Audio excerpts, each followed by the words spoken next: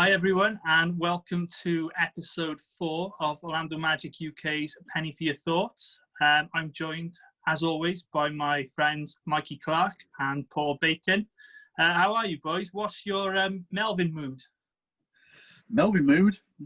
What can I say? Right, last night, with 45 seconds to go, it was a 7. It was the 7. Today, with all the news that we've had and the result last night, it's a little bit less. It's a little bit less, let's be honest. I'm sure you're going to come to today's big news in a moment. It's not been a great start to the day, has it? No, it hasn't. How are you, Mikey? Yeah, good. It was definitely a 7 when he knocked that 3 in last night. I just wanted to see Paul's face and the steal at half court. I just sat there. I knew Paul was just lapping it up last night, weren't you? Mate, he did everything last night that I've criticised him for not doing in the past. But I'm sure there is a reason that I've been given the Celtics to talk about, the Celtics game, and it's Melvin. So I will come to him in a bit. There was no reasoning behind that, G, was there? No, none at all. Yeah. Right, so in a week where we've clinched a playoff berth, which should be a joyous occasion, it's not been the best of weeks for the Orlando Magic, let's be honest. We've gone 0-4. We've had more injuries to contend with. Another one just breaking before we started today with Terence Ross leaving the bubble for a personal matter to get some testing done. So he's going to have to quarantine, no doubt, when he gets back in. So let's jump straight into it. Last Tuesday, we faced the Indiana Pacers. We were all confident of maybe getting one win this week, putting a bit more pressure on Brooklyn. However, that wasn't the case. So the Pacer game ended 120-109, led by Vucevic, Gordon, Ross, who played well for us. Paul, your breakdown of it, please, sir. Yes, mate. Let's just say the damage was done in the opening 5 minutes, where, what was it? They went on a scoring run. They got the first 10 points unanswered, followed by, and that was part of a 19-3 run of scoring in the first 5 minutes. The damage was done by half time. We'd conceded 43 points in the half. Horrendous. Well, 43-22 in the first quarter. Yep, mate, that's wrong. Horrendous. You can't be putting that up. The damage was done. TJ Warren, 17 points in the first quarter, 32 on the night. Their starters were killing us. And then when McConnell came on, he continued it. I know he's not your favourite player by any stretch, G, but he had a night against us. Geraint doesn't have favourite players on other teams. We know that. Yeah, we heard that last night about a certain Mr. Tatum. Yeah. Let's not go into that later. We'll come to that one later as well, AJ. Yeah. Mate, look, from our point of view, the damage was done, as I say, in the first quarter. The effort just wasn't there. We didn't play smart. We weren't aggressive. I think Coach Clifford summed it up perfectly well in his quote at the post-game interviews tonight. The whole thing was unacceptable, was his words. It's hard to argue with. We played shocking defence all night. 18 turnovers. They scored 23 points off of those turnovers. 22 fouls on the night for us, which is horrendous. Now, I will say that I know G and I watched this live, and we weren't happy with some of the calls. Certainly, I was getting wound up by. I know that it's no unusual feat for G to be wound up by any of the officials' calls.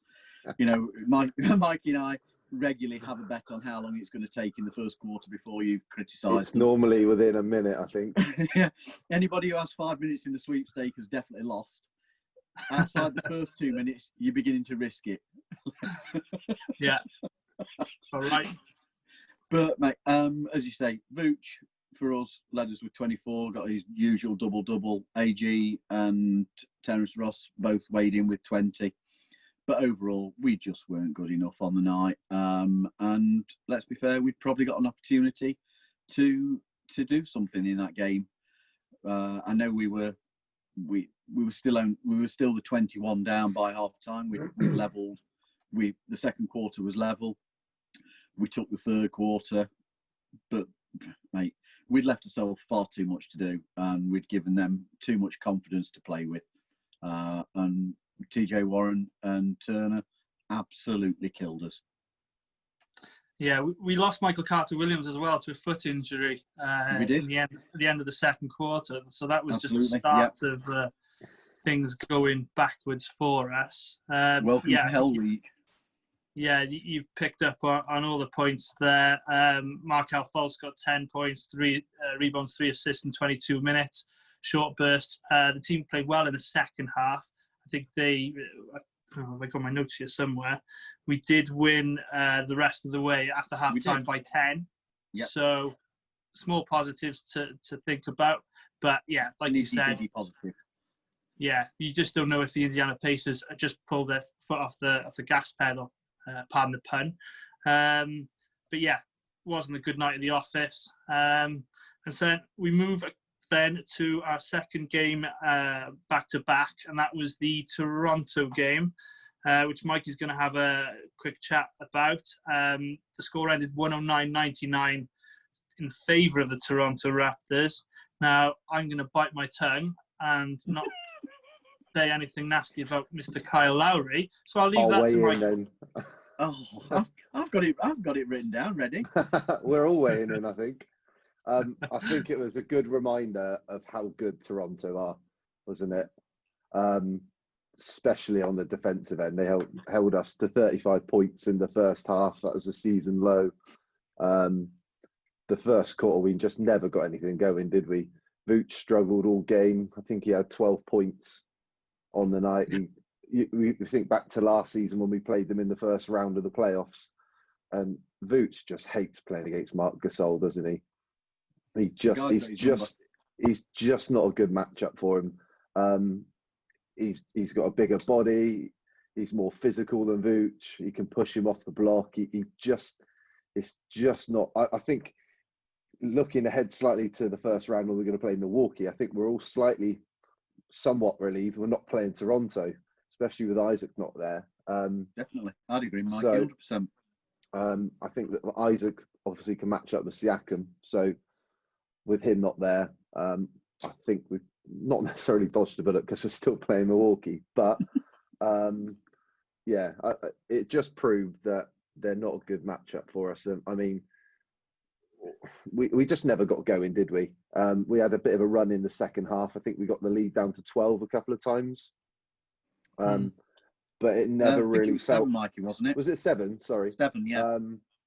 But it never really felt we had enough to keep that going and make a real game of it. They were always holding us at arm's length, and we never had the extra gear, did we? I mean, a couple of positives though. Awondu and Clark both have stepped up in a few games this week. They combined for 31 and each made 2 threes as well.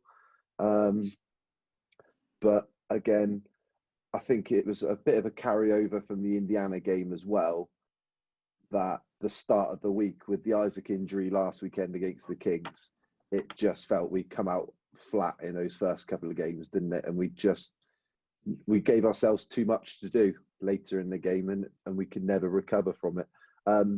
The main talking point though is going to be the punk play.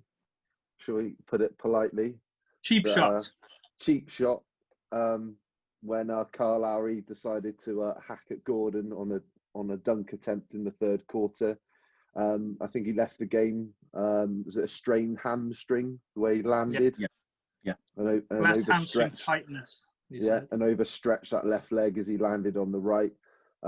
I think we all had our head in our hands when we saw him go down as well. And you just thought, we've just had no luck this week, have we? You think how quickly this last 8 days have turned around for us. You think back to the Kings game again. half time at the end of the third quarter. We are absolutely flying. Everybody's involved, and then JI goes down. It's just absolutely sucker punched us. And then, like I said, MCW went down. Then AG's gone down. It's just been a struggle, hasn't it, getting going this week. And then they sort of picked up against Philly, didn't they? On Friday night. Yeah. So but going back, Mikey, to the Raptor game, I did like the fight that the team showed. Although nobody stood up for AG and sort of put a hit on Kyle Lowry, which I kind of wanted, protect your man. They came out and they fought. They won the second half by 10. Again, it might have been because Toronto, eased off a little bit, but the fight was there. And it was mostly the reserves, like you picked up on with Gary Clark and Wesley Wonder. I think the thing that's missing from this roster, and I know me and Paul have talked about it before, is we just lack that nasty player, don't we? Like a Patrick Beverley or somebody is just not doesn't care about putting someone on their backside and making a statement and knowing we're not going to be a pushover. And I just think in games like Toronto, Embiid did that to us against Philly as well in the second half. We just don't have we just don't have enough nasty players, do we? I think the only player we have who does that is out, and that's Michael Carter-Williams. Mm-hmm. Yeah. He's the only one who shows the aggression and brings the fight, and we need somebody to be like that. I also think, in the same vein, we need the coach to be, for want of a better phrase, more like Nick Nurse, who is in the officials' ears every moment. Any call, he's standing for his guys, and that's something that I feel we lack. We play the game too nicely, and you don't win playing nicely in this league. No, I think you're right there. Should we move on to the Friday night game against the Philadelphia 76ers? Yeah. So we were facing a team with their own injury crisis, with Ben Simmons sitting out. We were missing Michael Carter-Williams and Aaron Gordon and Jonathan Isaac at this point. Let's be honest, we didn't expect much, did we? Again, Mikey, this was yours. Yeah, so obviously Ben Simmons was missing for Philly, so that helped us. But again, we had no Isaac or MCW. Vooch and Fournier had a bit of a bounce back game, didn't they? They combined for 43. Yeah. Fournier's had his critics. I'm one of them. But it was one of his better games he's played this week. Again, we've talked about the two-man game. There's times in the game when you give the ball to them, it can play their two-man game, and you can get a bucket from it, but it's not going to work. But I'm going off. So yeah, they had a good game. Terrence Ross was a big problem, wasn't he? He was just throwing up everything. As soon as the ball touched his hands, he went 0 for 10. And it just threw, like, he couldn't throw a stone in the ocean, could he? It was just, right. It just stops any flow of the offense, doesn't it? When T. Ross is struggling and when he's not getting going, the bench really struggles as well, doesn't it? Yeah. The first half was good. I think we were leading at half time. We led at the end of three quarters. The first three quarters were good, weren't they? Up two going into the fourth. Yeah, absolutely. But really, it was Joel Embiid set the tone the second half, didn't he? Scored 17 of his 23 in the second half. Tobias, one of our old favourites, would we say? Certainly a player we wish we still had on the roster. Yeah. He went 23 and 15. Last time he did that, he was in a Magic uniform. So I think it was about 6 years ago last time he did that. Alex Burks killed us off the bench with 22. He always does. He loves playing against us, doesn't he? But yeah, I think this was our third game all season we've lost when we've led going into the third quarter. Is it 26 and 2 or 26 and 3 now? And the game really come down to two things, didn't it? We gave up too many offensive rebounds, too many second chance points. we were. I thought we were really good defensively for a large part of the game. We were getting stops. We just couldn't finish the possession off, could we? And Philly had their opportunities to have another attempt. And then when the game got tight in the fourth quarter and Philly started to pull away, we just couldn't make shots when it really mattered. And then we were chasing our tails then, weren't we? And we just couldn't get back into the game. Yeah. Go on. Go on, Chief. Go on, carry on, mate. Yeah, I was just going to add to that. I thought Ken Birch, superb. His defense on Embiid, he was there like a brick wall. He's not given enough credit, I don't think. Coach Cliff went with 9 men. So that was third game in 4 nights, something like that. So when it comes to the fourth quarter, we might run out of gas. So, sorry, Paul, what were you going to say? No, I was just going to say that I think, in the predictions last week, Philly was the game that I'd got us winning. And had we not had the injuries that we were faced with on that particular night, I still think we could have got a result. I still believe that the Celtics and the 76ers we match up well against. But with the injuries that we were suffering, that Philly game was always going to be tough on defence for us against such a big team. And as Mikey said, we were just killed on the boards. The other player that I thought played well for ourselves was Ennis, going for 14 points, 9 rebounds. 9 rebounds, yeah. Yeah, against his old team. And the same with Fultz. I thought Fultz had good spells. DJ had some good spells, particularly in the third quarter. I think he was responsible for really putting us on a bit of a run in that quarter. But DJ's not had the greatest of weeks, has he? Let's be fair. But as you said, for that game, rebounding killed us, and Ross just had one of them nights. It was nothing was going for us on that one. No, and in fairness, Terrace came out afterwards and said, "This one's on me." And in fairness, a couple of players responded and said, "No, it's team game. Nothing's on you. We win together, we lose together." So that was good to see. Right then, last night's game against the Leprechaun Celtics. It ended 122-119 overtime. We had a 5-point lead with 48.1 seconds left. We were all jumping around our rooms, waking everybody up. Go on, Paul. You take it from here, mate. You just said out there we were trying desperately not to wake the family up. I think one of us actually failed in that matter, didn't we, G? Yeah, a little bit. Yeah. But oh god, I was so into. It was like I was there. I was so into that game. I mean, going into it, you looked at that starting lineup, and I don't think any Magic fan thought we'd got much of a hope.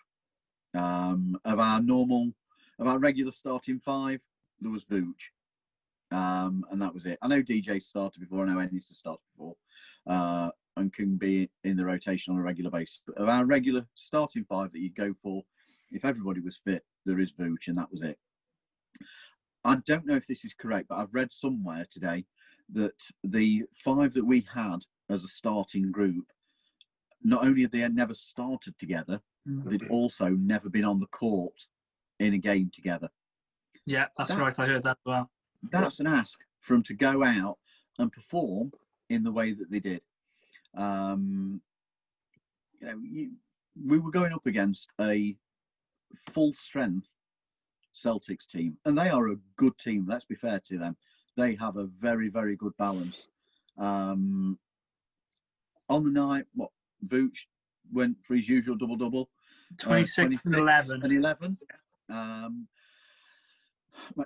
Gary Clark, fair play to the boy, came in, 15 points, 4 threes included in that. He really stepped up. Fultz, 16 points, 6 rebounds. 10 assists. 10 assists, yep. And let's not forget that chase down block on Kemba that he brought. That was beautiful defence. And then we have to come to the mighty Melvin. Like I said to you earlier, and I said this last night, my criticisms of Melvin are that when he gets meaningless minutes in games, we all know that. He comes on at those points when the game is either won and comfortable or it's lost and gone, and we're resting the starters. My problem is that in those meaningless minutes, he doesn't try and take his opportunity. He doesn't push himself forward. The perfect example of doing that is Ken Birch, 2018.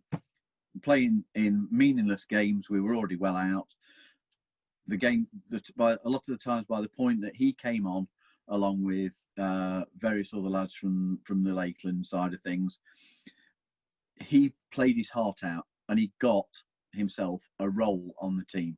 And that's my issue with Melvin, that he doesn't seem to do that. He doesn't seem to push himself and try. Last night, everything that I criticised him for, he was the complete opposite. He came in, he took his opportunity, he tried. I can live with mistakes. I don't have a problem on a player making mistakes. He's learning the game. But he came out and tried and contributed on both ends of the floor. He hit three. He and one in the game. Yeah, mate. He did everything. I cannot criticise the lad. But God, that result hurt. In all honesty, with, like you say, 48 seconds to go, we're 5 up. Vooch has just hit the was it a turnaround 3 jumper over Tatum? Yeah. And he was a back down, yeah. And then that's it. It was back down, yeah. And then that, what is it? That bloke who's not a star, G. But it was an offensive rebound. For everybody, it was an offensive rebound. We were all having last night. You're going to backtrack now, aren't you? Hey. No. So for those who don't know, three. So for those who don't know, Geraint was texting us during the game, and he said Tatum is not a star. Not a superstar. You said a star. I meant superstar. So we come back at you and said he's better than any player on this roster. At which point he promptly hits 5 points and takes it to overtime. Which you will did. keep yanking the tail, G. Yeah. I don't like him. You could have almost written the script as soon as you sent that text. I know. Oh, no, what have you done there? I know. This was on me, guys. I know. But yeah, look, when it came to overtime, pretty level. And then, God, the last few seconds for us, Jesus, that was just terrible. Fultz made the error in dribbling before he called for the timeout, so we can't advance forwards. You know, fair enough. Not a great issue. There's still 6-7 seconds left, something of that nature. It's enough time to get it forward.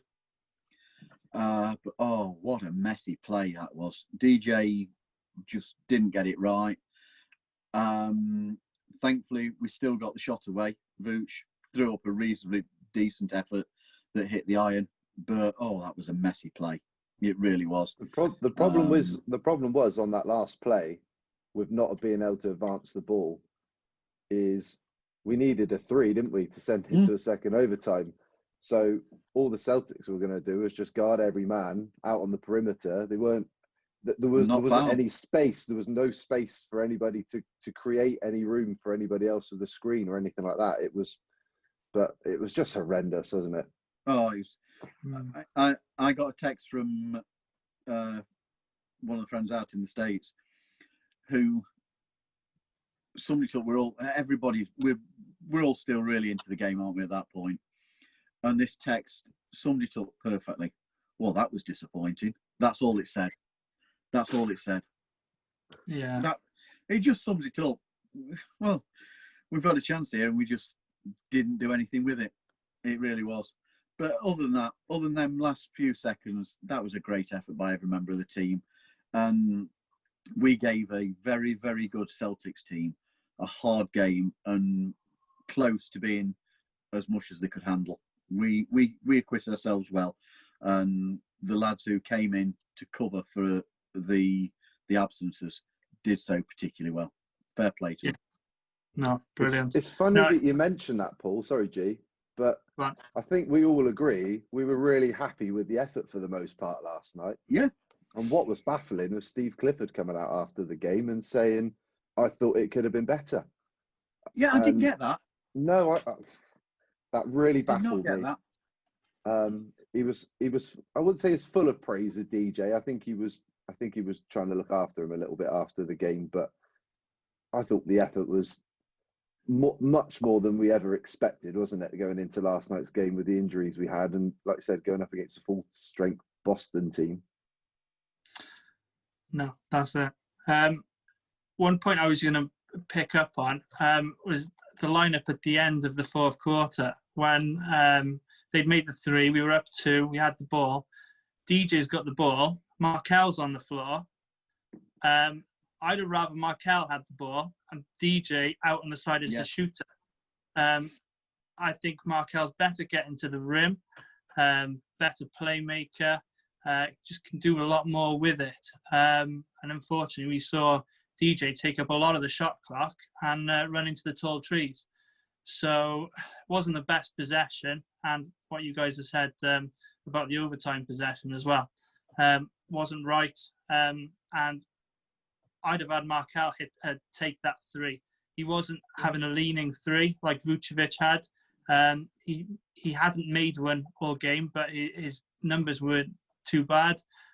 Let him take the shot. It's a learning process, and going forward, we want him to be taking those kind of shots. So that was my little take on it. But no, the effort was superb.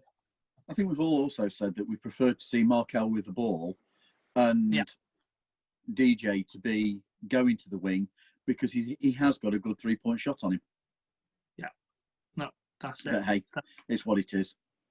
Yeah. It affected nothing after with the way I can't believe that the Nets have done what they've done. I know. Impressive. Who'd have thought it?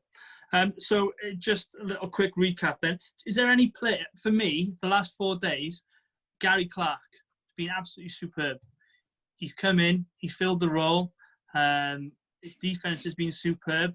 And I was texting you last night during the Boston game in the fourth quarter, and I said, this fourth quarter, I want 5 people taking shots for us. That was Vucevic, Augustine, Fultz, Gary Clark, and Terrence Ross.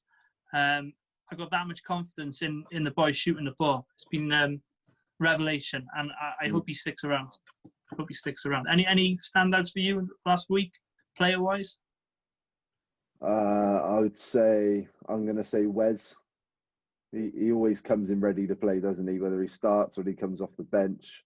If he doesn't play 2 or 3 games, I just love that kid's attitude. And I thought he was one of the not standout performers last night, but he's just got that energy that he brings to the team, doesn't he? So yeah, I'll go with Wes. I think Wes. I also think James Ennis has put a huge effort in all week. He's played well in every game because we don't run any plays for him. Everything he gets is through his own hard work.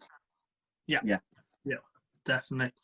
Right, so looking ahead to the week ahead, we all didn't do very well on the predictions last week, so we'll just skip over that quite quickly. Yeah, so ignore that one. Yeah, so we have the Brooklyn Nets tomorrow at a very friendly 6 p.m. UK time. That's 1 Eastern for our friends in the States. And the New Orleans Pelicans on Thursday evening. It'll be Friday morning for us. That's been set now at 9 Eastern, 2 a.m. GMT. Predictions, boys? I'm going 2-0. I think okay. Even without Terrence Ross? Yeah. And everybody else is questionable for tomorrow. I was going to go. I thought long and hard. I'd got 2-0 to start with. Then we get the news about T. Ross, and you start thinking, okay, what about, will we see Evan? Will we risk AG? I hope we don't risk AG personally. But I just think that we can slug it out with them. I think that it might be nice to just send a message that you might have finished above us, but this is 4-0 on the season. Fair So enough. I'm going. I think. I mean, there's been a lot made of what the Nets have done out of with their injury issues and their absentees. They've done superbly. They've caught a couple of breaks where teams haven't played fully against them. But I think equally now, our injury issues in this past week have equalled their problems. And I just think I think we can go out and send them a message. And I think the Pelicans, they're playing for nothing. They're out of the bubble, effectively. Well, they are eliminated, aren't they? So, and I think that we can take them. And we'll be cheering loud tomorrow, won't we, Paul? Certainly will. Certainly will. As I think it's fair. All three of us have got positions on the fan wall. Yeah. And I think hopefully we're all in the same one. So the cameras will not zoom in on that one. That's going to be far too ugly for TV. What's your thoughts, Mikey? You'll need a parental advice on it. I'm gonna go 1-1 this week. I think the Nets are full of confidence. I can't see us beating the Nets, if I'm honest. I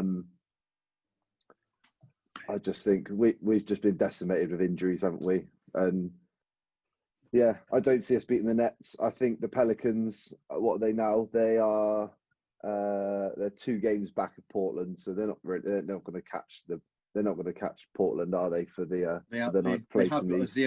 They have got an 0 at the side of them, mate. That they're eliminated. They're out. Okay, yeah. So there you go. So they've got nothing to play for. So hopefully we'll see Fultz start on Thursday and get into the proper rotation, because I think Clifford said today there's a plan to bring Fultz back in hopefully soon. So hopefully that'll happen before the playoffs. So yeah, I'm going to go 1-1. So lose to the Nets, but beat the Pelicans. Okay, I'm going to go 1-1, but the other way.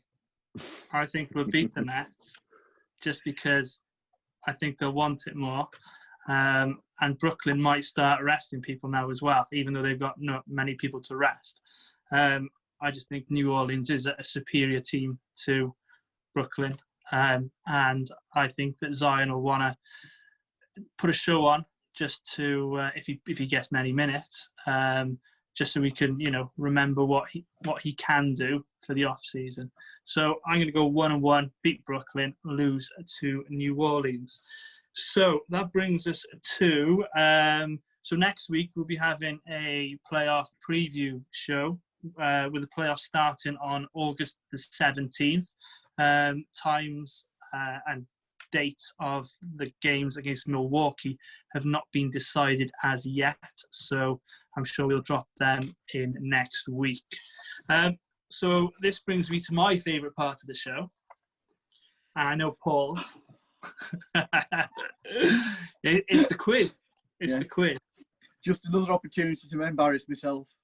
No, not at all. Not at all. You're perfectly capable. So, in light of a lot of the team being used this week, I won't say any players' names, but essentially the Magic have played 71 games this season in total, and they've used 19 team members. So I want you to go back and forth, naming one after the other players on the Magic roster this year who have recorded a minute. So I'll let you decide who wants to start. I'll cross them off as we're going along, and we'll see who the winner is. Who have played a minute? Who have represented the Magic this year. Yeah, go on then. Do you want to go first, Mikey? Go on then, Booch. Okay, is correct. DJ. Sorry, Paul. Evan. DJ. Hang on, slow down. So Vucevic was first. Then I said Evan. Okay, yeah. Mikey? DJ. Yeah. Fultz. Of course. BJ Johnson. Yeah. Vic Law. No. Vic Law is correct. Bamba. Mohamed Bamba is certainly there. How can I not go for my favourite? Melvin. He is there.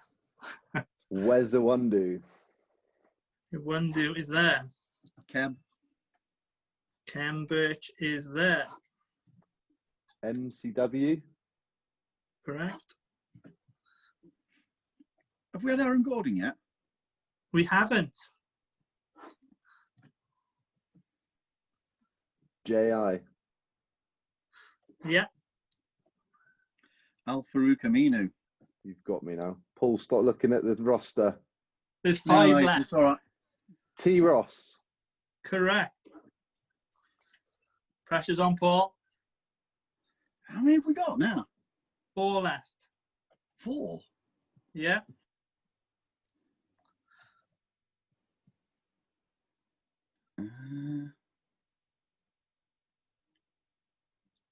DJ. We've had DJ, we've had Markel. 2 of them played last night. Gary Clark. I'm just working my way through the team here. Yeah. Michael? That was my next go-to.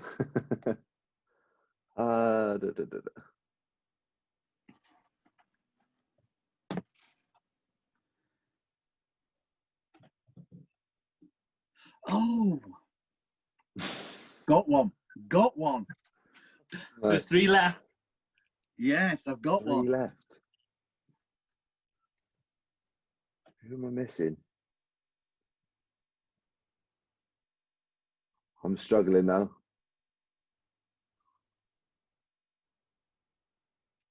This is what happens when you stay up till 1:45 watching the Magic, doesn't it?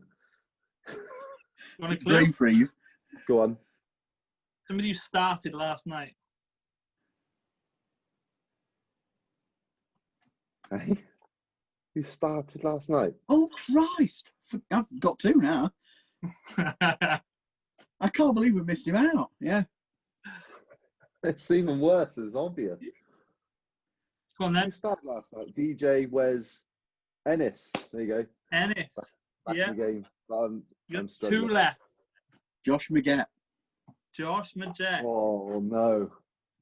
Mikey, for the win. This could call for a floss.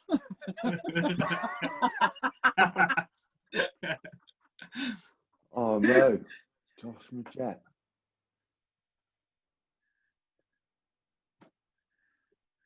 No? No, I think I'm Mike, done. Paul, do you know?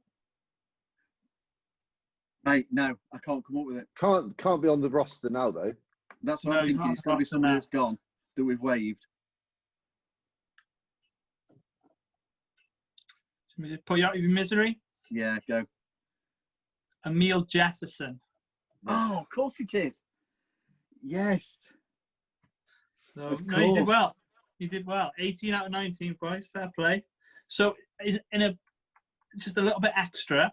So, of the 71 games played this year, who has played the most games? So, there's somebody who's played 70, somebody who's played 69, and somebody who's played 66. I know who I'm going with. Go on then. Yeah. I'm going with Fultz. Fultz is the correct answer with 70. Want to hazard a guess? Second and third? Vooch. Got to be up there. No, Vucevic played 60. Oh, he was out injured, wasn't he, for a period? Wow.